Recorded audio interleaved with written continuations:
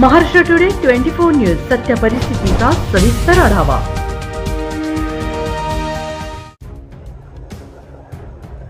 छत्रपती संभाजीनगर देशातील विकसित शहरात पाण्याची समस्या गंभीर।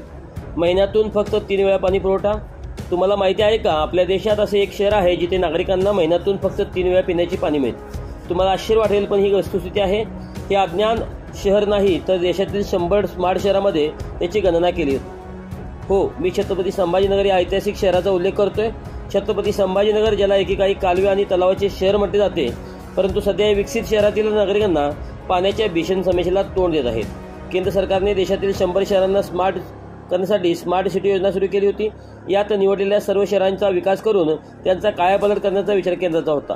या योजनेच्या दुसऱ्या टप्प्यात छत्रपती संभाजीनगर शहराचा स्मार्ट सिटी योजनेत समावेश करण्यात आला। त्यानुसार मागील 7 वर्षांपासून शहर स्मार्ट सिटीच्या दिशेने वाटचाल करत आहे। मात्र स्मार्ट छत्रपती संभाजीनगर पिण्याच्या शहराच्या पाण्याची समस्या अजूनही सुटली नाही। शहराला मागील 2 दशकापासून नियमित पाणीपुरवठा झालेला नाही। अगोदर 2 दिवसाआड तर मागील 4 वर्षापासून 4 ते 5 दिवसाआड पाणी दिले जाते आणि 4 महिन्यापासून तर हा पुरवठा तब्बल 8 दिवसाआडवर गेला आहे।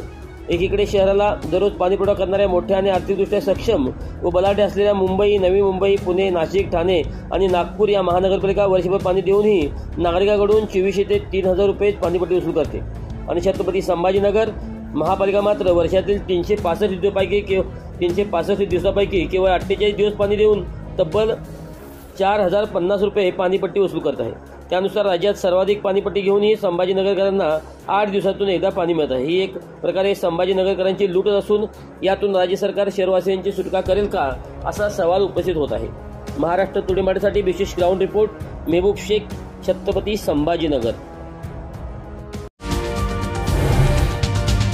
आजच महाराष्ट्र टुडे 24 न्यूजला सबस्क्राइब करा आणि सत्य परिस्थितीचा सविस्तर आढावा पहा।